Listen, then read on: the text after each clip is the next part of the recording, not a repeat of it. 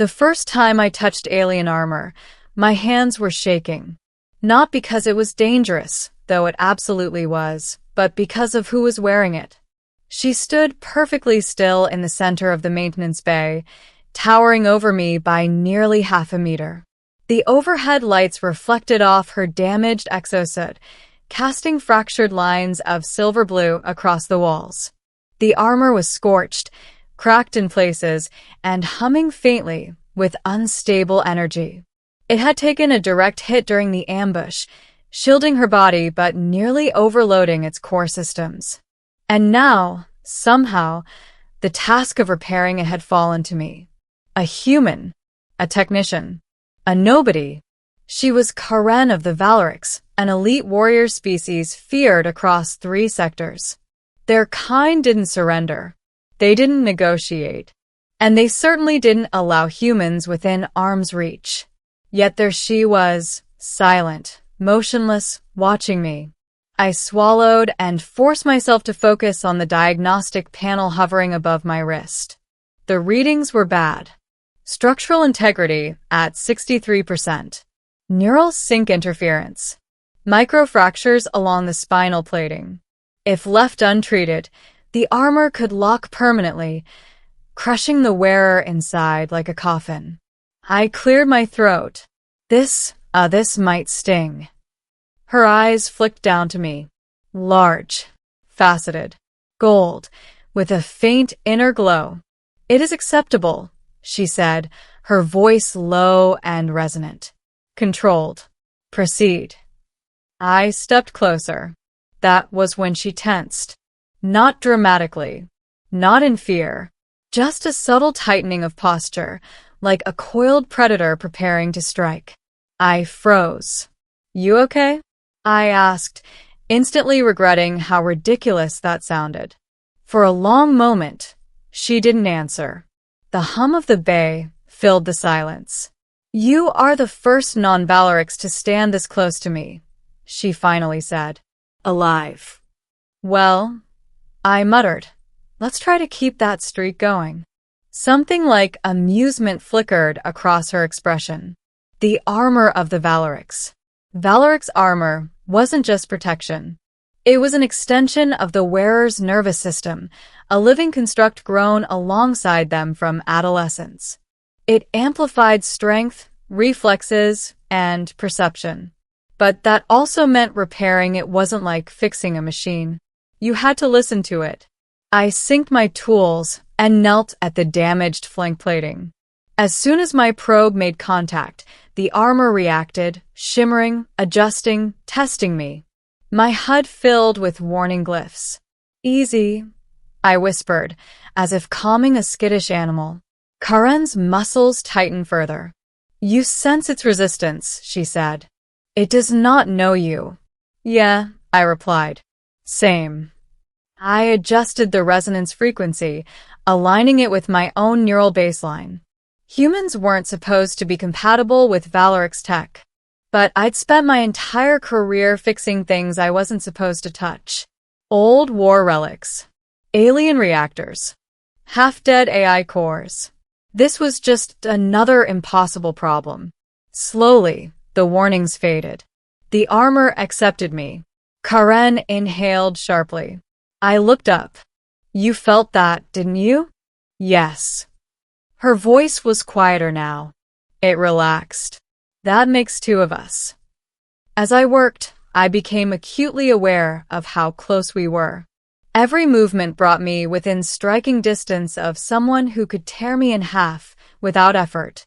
Yet she didn't move, didn't threaten, didn't even speak unless necessary. Trust, I realized, or something dangerously close to it. The moment that changed everything. The real problem was the spinal conduit. A crack ran vertically along the central plating, disrupting the armor's neural feedback loop. Repairing it would require temporarily disengaging the armor from her nervous system, which meant vulnerability. I hesitated. There's a risk here. Her eyes met mine again. Explain. If I disconnect this improperly, you'll experience neural backlash. Pain. Disorientation. maybe worse.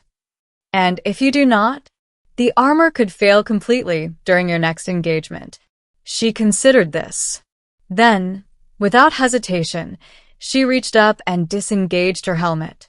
The armored plates folded back, revealing her face fully for the first time. Valeric's features were sharp, elegant, almost regal. Her skin was a deep, iridescent violet, marked with faint bioluminescent patterns that pulsed with her heartbeat. "I place my life in your hands, human," she said. My heart slammed against my ribs. "No pressure," I muttered. As I initiated the disconnect, her body stiffened. Every muscle went rigid. A low sound escaped her throat, not a cry, but something raw and instinctive. I stopped instantly. Hey, look at me." Her eyes snapped to mine. "Breathe," I said softly. "Follow me." In out. For a terrifying second, I thought she might strike me for the familiarity. Instead, she did it. she breathed. The armor's glow dimmed as the conduit disengaged. I worked fast, hands steady despite my pulse screaming in my ears. Nanoweave sealant flowed into the crack, knitting the plating together molecule by molecule. When I reconnected the conduit, the armor surged back to life. Karen staggered. I caught her, without thinking. Her weight was immense, but manageable. Her armor compensated automatically, redistributing mass as it recalibrated. For a heartbeat, she leaned against me, one clawed hand gripping my shoulder. She stared at me, and something in her gaze changed. "You did not withdraw," she said quietly, "even when I was vulnerable." "Yeah," I replied, breathless. "That's kind of the job." "No," she straightened slowly. "It is not." Aftermath word spread quickly. Valeric's warriors were not known for praise, but Karen's presence alone shifted the atmosphere aboard the station. When she walked beside me through the corridors, others stepped aside instinctively. "You don't have to escort me," I said. "I choose to," she replied. In the days that followed, I learned more about her people than I ever expected.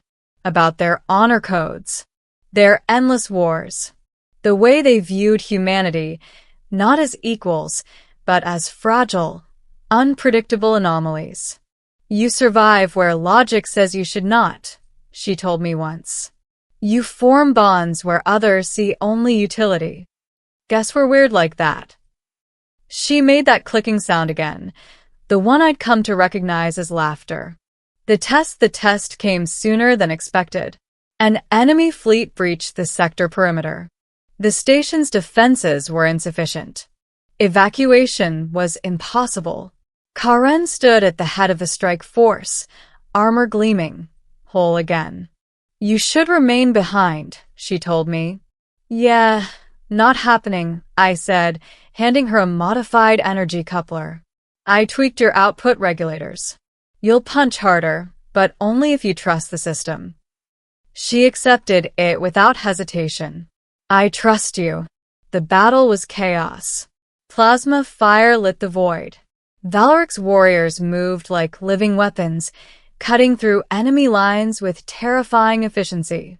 And they won, against impossible odds. What came after, when the last enemy vessel fell silent, the station erupted in celebration.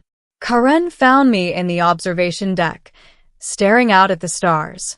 "You altered the course of more than a battle," she said. "You altered us." "Us." She nodded. "The Valeric's High Council has observed your actions. Your species' actions. They see now what we did not." "And what's that?" "That humanity does not conquer through strength alone." She extended her hand, not as a warrior, but as an equal. "You repair what others break," she said. "You stand when others retreat, and you reach out, even when afraid." I took her hand, and in that moment I knew the universe had changed, not because of a weapon, not because of a war, but because once an alien warrior tensed as a human repaired her armor and trusted him enough to let him finish. The celebrations lasted for hours, but I didn't stay. That kind of noise never felt real to me. Cheering, lights, the illusion that survival meant victory. I slipped away to the outer ring of the station where the hull curved into a wide observation gallery. Beyond the reinforced glass, the stars burned cold and distant, indifferent to how close we'd come to dying. I rested my hands against the glass. For the first time since the ambush, my hands weren't shaking. Footsteps echoed behind me, measured, deliberate. I didn't need to turn around to know who it was. I felt her presence the way gravity announces itself, quietly but undeniably. "Karen," I said. She stopped beside me. Her armor was retracted into ceremonial configuration now, less intimidating, more symbolic. The scars were gone. The microfractures I'd repaired were invisible, integrated so perfectly even Valoric's sensors wouldn't detect them. "You stand apart from your own kind," she observed. "Habit," I replied. "Someone's got to make sure nothing breaks after the party." She tilted her head slightly, studying me. That instinct, to repair after conflict, is rare among warriors. Good thing I'm not one. Her eyes softened. "That is where you are mistaken." I turned to face her. "I didn't fire a single shot." "No," she agreed. "You did something more dangerous." I raised an eyebrow. "You trusted," she said. "And you were trusted in return." She reached up slowly and disengaged her gauntlet, exposing her bare hand. Valoric's skin was warm, warmer than human norms, and faintly luminous along the veins. She held it between us, palm open. "This is not a gesture of alliance," she said, "nor submission." "Then what is it?" "A vow," she replied. "Among my people, allowing another to touch us without armor is an acknowledgement of shared fate." I hesitated, not out of fear, out of understanding. Then I placed my hand in hers. The contact sent a strange resonance through me, not physical, but something deeper. A hum, like the echo of the armor when it first accepted me. She felt it too. Her breath caught. "You changed the armor," she said quietly. "I fixed it." "You taught it," she corrected. "It now recognizes human neural patterns as non-hostile." "Do you understand what that means?" My throat went dry. "You're saying—" "Yes," she said. "For the first time in Valoric's history, our armor can be worn, repaired, and calibrated alongside another species." I stared at her. That's not just a technical shift. That's political, cultural, revolutionary," she said, "and dangerous."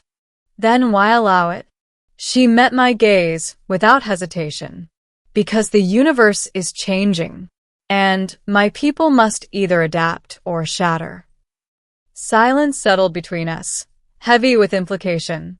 Outside, salvage drones drifted through the wreckage of the defeated fleet, silent proof that strength alone had failed. "What happens now?" I asked. Karen withdrew her hand and re-engaged her gauntlet, but something remained between us. An understanding. A line crossed that could never be uncrossed. "Now," she said, "I return to the High Council." That sounds ominous. They will question my judgment, my loyalty, my sanity. A faint smile touched her lips. "They always do." "And me?" "You," she said, "have been formally requested." My eyes widened. "Requested?" She nodded. "As a human liaison, a technical envoy, a bridge." I laughed once, sharp and disbelieving. "I fix broken armor in a space station. I'm not a diplomat." "You stood before a Valoric's warrior at her most vulnerable," she replied. "And you did not flinch." She stepped closer. "That is diplomacy in its purest form." I looked back out at the stars. For most of my life, humanity had been the younger species, the ones tolerated, studied, underestimated. We survived by adapting, by fixing what others abandoned, by choosing connection over conquest.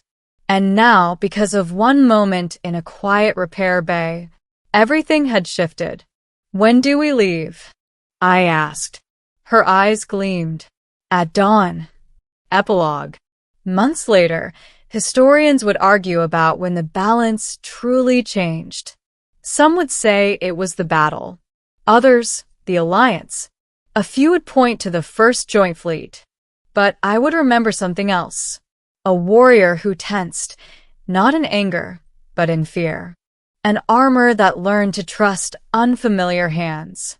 And a moment when strength stepped aside and let humanity show the universe a different way forward.